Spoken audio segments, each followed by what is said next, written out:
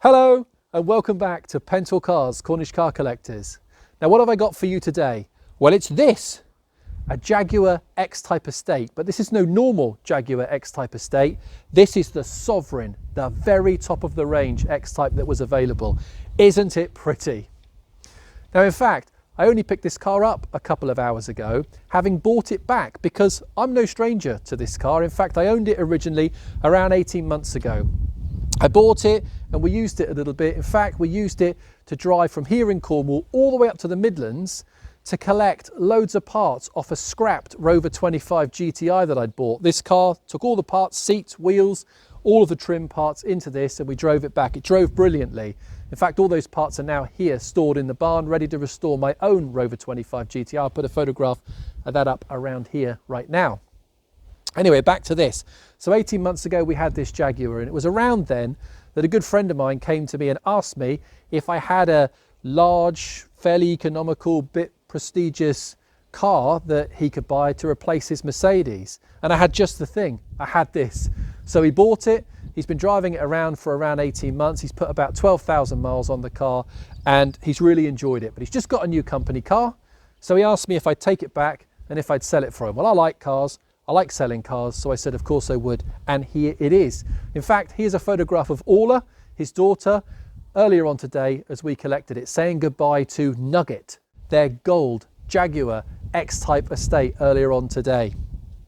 So this car's done around 103,000 miles. It's got the 2.2 litre diesel 4-cylinder engine and the 6-speed automatic gearbox. Now I know what many of you will be thinking as you watch this. This car was developed and built when Jaguar was owned by Ford. And as such, it's earned itself the reputation of being the poor man's Jag, or the Mondeo wearing a Jaguar badge. And sure enough, this car does have the underpinnings of a Ford Mondeo, which was a great car, but make no mistake, this is a proper Jaguar. And a very important car in Jaguar's history, because this was the first Jaguar to be front-wheel drive, the first Jaguar to be built as an estate, and what a pretty estate it makes. And the first Jaguar to have 4-cylinder engines, because this car, the diesel engines, the 2 litre and the 2.2 were 4-cylinder. All of the petrols, by the way, were 6-cylinder engines, but the diesels were 4. So a really important car and a really pretty one. I love the way that it looks. So our plan with this, first of all, is to give it a damn good clean. I don't think Ryan, the previous owner, has ever cleaned this car. So we're going to give it a really good clean inside and out. We're going to fix the bonnet catch on the near side because it looks like it's lifting a little bit there, and really make it nice and presentable for a future owner. Now we've got some problems with it. This electric window is stuck, and also the paint on the car isn't the best. It wasn't when we had it. It wasn't when we sold it to Ryan. So there's some crazing around the rear arch and the rear bumper. But the car drives absolutely brilliantly. And I'm sure there's a new owner out there somewhere for this car who's going to love owning and driving this Jag. So join me in this video as we give this car a decent clean. I'm going to share a little bit more about the history of the Jaguar X-Type with you, and we'll take this lovely, lovely Jag Sovereign out for a drive. Please do click like on the video, leave us a comment about the Jaguar or about the channel or anything really. It's great to hear from you, and do subscribe to the channel. That really, really helps. So let's get on with it. Let's get on with this car.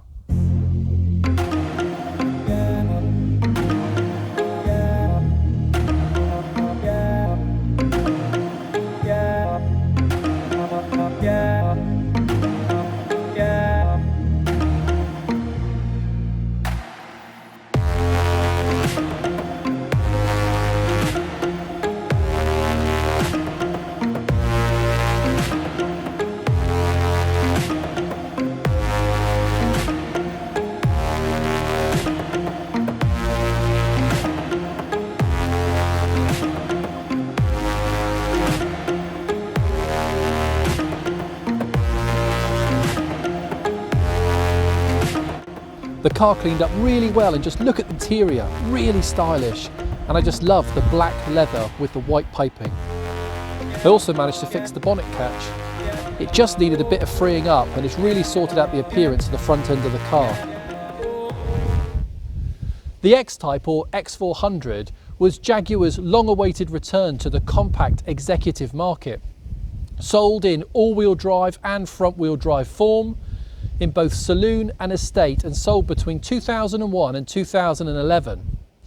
As I said earlier, this car, the Jaguar X-Type, is a really significant car in Jaguar's history. In fact, Autocar at launch called this car the most important Jaguar ever. You see, the intention with the X-Type was to double Jaguar's worldwide sales. And that's a big ask from the first ever front-wheel drive Jaguar. In fact, this was also the first ever all-wheel drive Jaguar. This was the first time that Jaguar had launched a model to directly compete with the BMW 3 Series or the Mercedes C-Class, with Jaguar's usual products being higher-end, larger luxury cars. The four-door saloon X-Type was launched in 2001, with the five-door estate arriving in January 2004. Production ended in 2009, albeit X-Types continued to be sold until 2011. The X-Type came with three petrol engine options, all of which were a V6 configuration. A 2.1, a 2.5 and a 3-litre petrol engine were available. And in 2003, with the arrival of two diesel engines, a 2-litre 130 brake horsepower engine and a 2.2 150 brake horsepower engine. And these were the first diesel engines ever to be fitted to a Jag, and in fact the first 4-cylinder engines ever to be fitted to a Jag. The estate car benefits from a tailgate with independently opening strut supported rear window, roof mounted luggage rails, interior luggage tie downs, luggage cover and a 12-volt accessory socket in the boot. In 2008, the X-Type underwent a facelift, and the very best bit of the facelift you can see right now. It's that lovely mesh grille on this facelift car. Also with the facelift, the 2.2 diesel engine received a 6-speed automatic gearbox. During its production run, over 350,000 Jaguar X-Types were sold. And whilst that didn't live up to the 100,000 a year target that Jaguar had set, this car was still a real success for the company. And you still see lots of them on the road today, and that's a real testament to the build quality and the reliability of these cars. I've had to move inside the car because it's just so windy outside. Now, the Sovereign trim level arrived in the Jaguar X-Type range in 2004 as the absolute top of the range car. And the name Sovereign comes from premium models of Jaguar that have gone before. Now, sat here in the car, there's one telltale sign that this car wasn't developed independently by Jaguar, and that's the absence of the lovely J-gate gearbox. Instead, the X-Type has a far more conventional automatic gearbox. However, this car does have the fabulous horseshoe centre console and dash design, which is consistent with Jaguars of the time and many that have gone before and after. Also, in true Jag form, there is lots of veneered wood here in the Sovereign. It looks great, and the finish is a world away from the Mark III Mondeo, to which this car is so often compared. Now, being a Sovereign, it's an extremely high specification car. So what have we got? Well, let's start with the basics. We've got all-round electric windows, an electric sunroof and electric positioning and folding mirrors. The Sovereign also comes with the range-topping touchscreen comfort controls. So, touchscreen AM/FM stereo with CD player, 6-disc CD multi-changer, steering wheel controls and lovely Alpine speaker system. The touchscreen also has sat-nav with heads-up display, touchscreen Bluetooth hands-free and touchscreen automatic dual-zone digital climate control. It all looks a bit dated now, I suppose, but is a really nice feature, albeit I tend to drive with the logo screen because, well, it looks awesome. The X-Type also has the quick clear heated front screen, which is very much thanks to Ford, as they've been putting that option in their cars for years, and it's really useful. Also, I've got cruise control operated here from the steering wheel. We have front and rear park assist sensors, automatic headlights, rain sensing windscreen wipers, and traction control. The full black leather interior with the white piping is great, with heated and electric front seats with driver's memory function. This car also has the 17-inch Jaguar Barbados 5-spoke alloy wheels.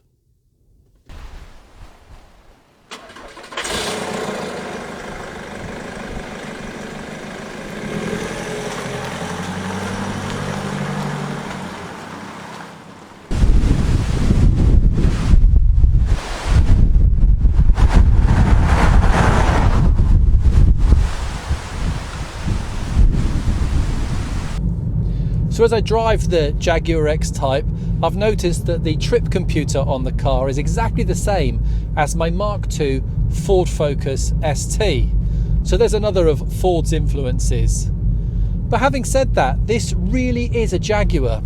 After all, over 70% of the components that go into making this car are specific to the X-Type. There's loads to entertain you in this car and to keep you comfortable. The other thing to remember is this is a really nice car to drive. It performs brilliantly. And this 2.2 litre diesel engine is very frugal. Having said all that though, if I had my choice, if I was buying one to keep, I'd probably look out for a 3 litre V6 petrol, an all-wheel drive car in the Sovereign trim level. But then, if you buy one that's older than sort of March 2006 here in the UK as this car is, then you buy the petrol, you'll be paying over £500 a year road tax. Do you know what, I think I'll stick with a diesel.